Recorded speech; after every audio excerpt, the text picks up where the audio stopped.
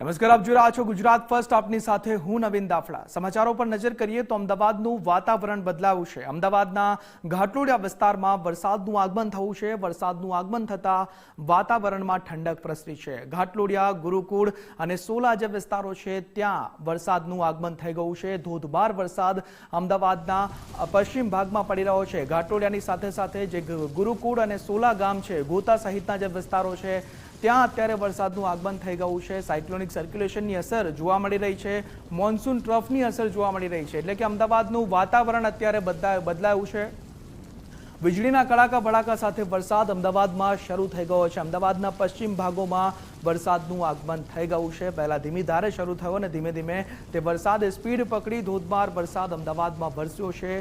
રસ્તા પર પાણી વહેતા જોવા મળી રહ્યા છે તેવી સ્થિતિ અમદાવાદમાં અત્યારે છે. ઘાટલોડિયા વિસ્તારના દ્રશ્યો અમે આપને બતાવી રહ્યા છીએ. ઘાટલોડિયા હોય, સોલા હોય, ગોતા સહિતનો જે એસજી હાઈવે તરફનો જે પટ્ટો છે ત્યાં અત્યારે વરસાદનું આગમન થયું છે.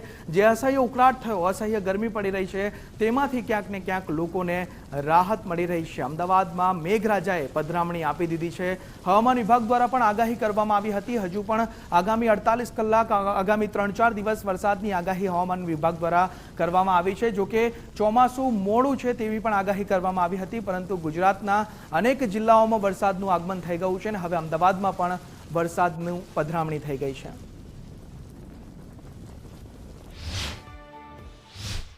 અમદાવાદમાં ફરી એકવાર જે રીતે વરસાદની આગાહી કરવામાં આવી હતી, પરંતુ વરસાદ લંબાશે તેના વચ્ચે અમદાવાદમાં અત્યારે હાલ વરસાદ જોવા મળી રહ્યો છે. અને ખાસ વાત કરીએ તો આ ચાણક્યપુરી, એસજી હાઈવે સહિત ગાંધીનગર અને અમદાવાદના કેટલાક વિસ્તારોમાં વરસાદ પડી રહ્યો છે. મેઘરાજાની એન્ટ્રી જોવા મળી રહી છે.